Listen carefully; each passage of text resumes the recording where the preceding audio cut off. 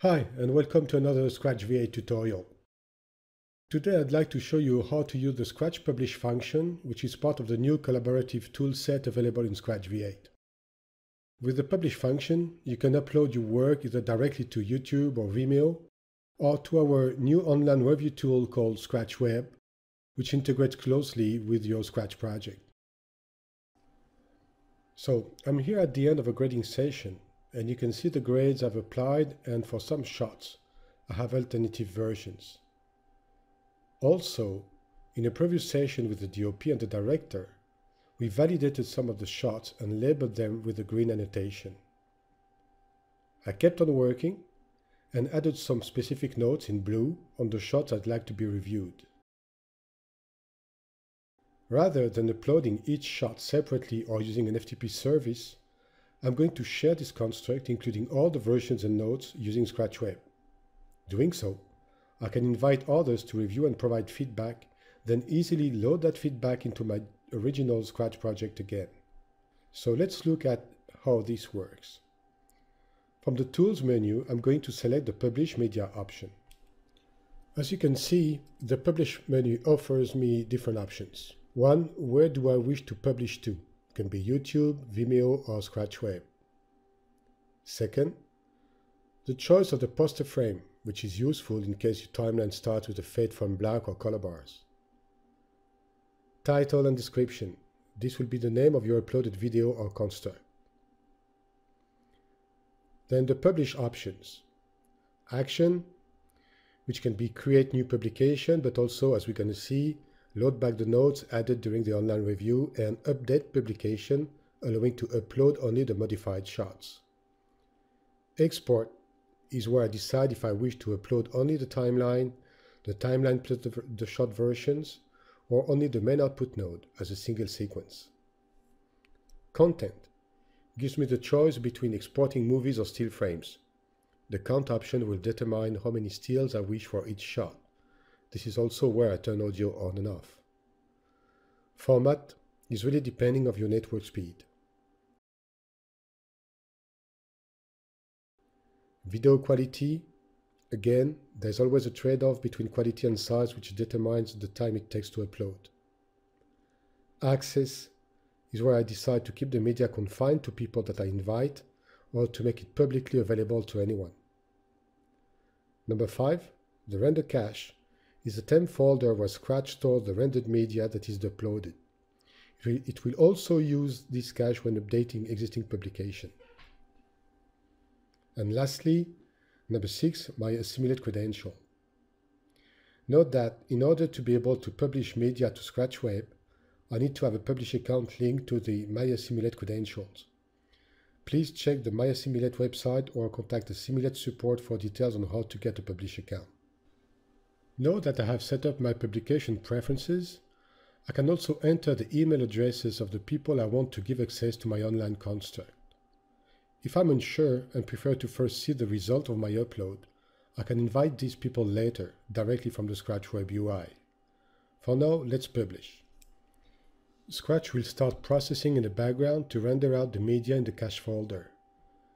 And after that, we'll start uploading that media to my Publish account and make it available in Scratch Web. Because it's a background process, I can keep on working if I wish. The progress of the upload process is displayed in the second process queue item that is created. Once done, I can exit Scratch, open my web browser, connect to the MyASSIMILATE site, and from there open Scratch Web. Scratch Web mimics various components from Scratch. On the left, I have my construct tree, which is divided into public and private groups. All the media in public is available to anyone with a MyASSIMILATE account, while the media in private contains elements that you publish yourself or that someone made explicitly available to you. So here is my online version of the construct I just published. You can see the different versions and the notes on each of the shots.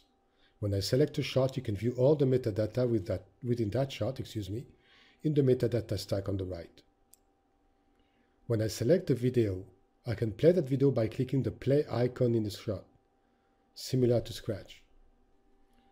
The bottom toolbar has the option to play all the shots one after the other, or to start a slideshow that displays high-resolution stills of each shot.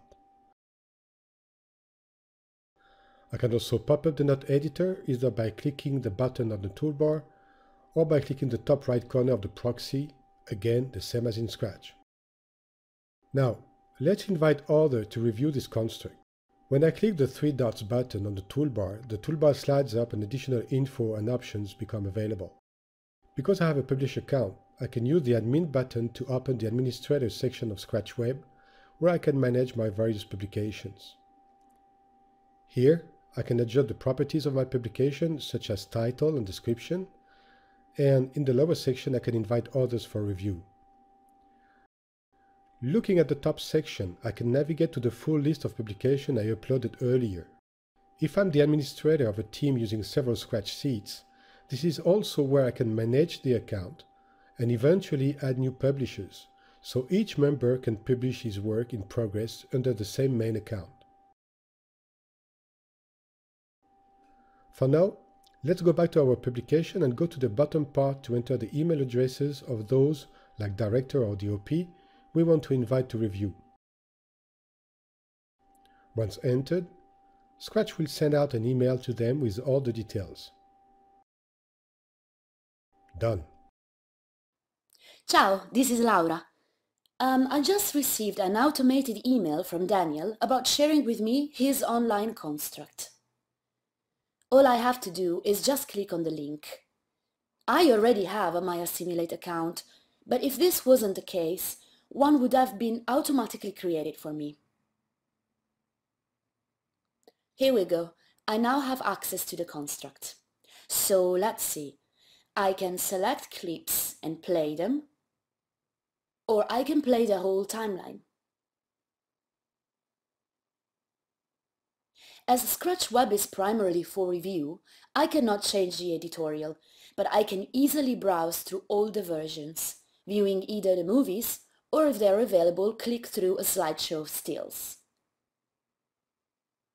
When reviewing these shots, I have the option to add a sticky note onto the shot, exactly the same way as in the Scratch UI. A possible way to use the sticky notes is to assign a color to each reviewer. For example, I could be purple. Alternatively, I can just add my name to each comment. So let's add some comments. The way Daniel and I organize this published construct is that the red notes on the shot represent shots that needs to be reviewed. The blue notes represent the test that Daniel did and he would like to know my opinion on them. So let's have a look at this. I can just play the shot to review it and then review the test that he did. I do think this is too dark and maybe needs to have a bit of warmth into it. So let's put a note in there. Change the color of the note so that it will be purple and you know that it's my comment.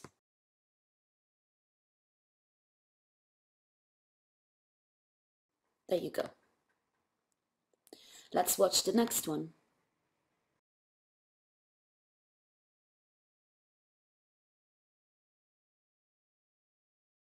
I quite like the contrast that he added in this one.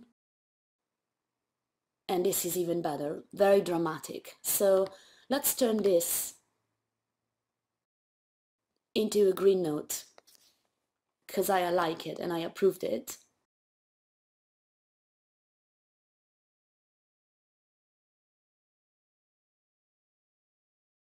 Let's watch the last one. Okay, this probably needs to be more contrasty. Okay, let's see what he did. That's too blue for me. Still too dark. Oh, that's better, but it still needs to be more contrasty and warmer. Okay, so let's add a note there.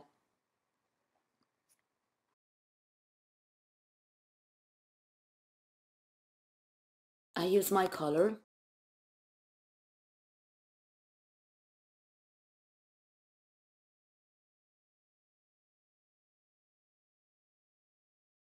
There you go.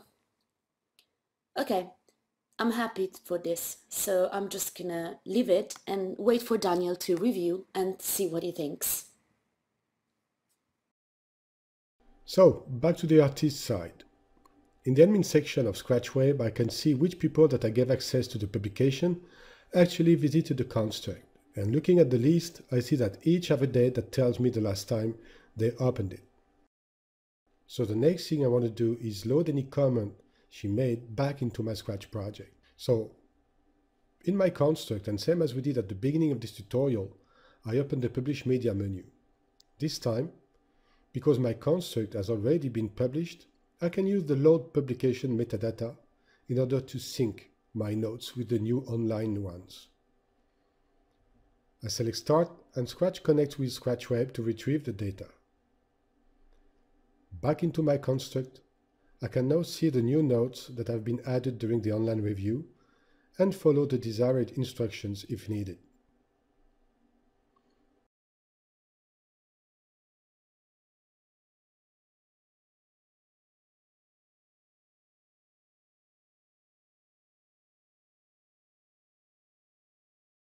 Now, once I've modified the desired charts, no need to republish the whole timeline.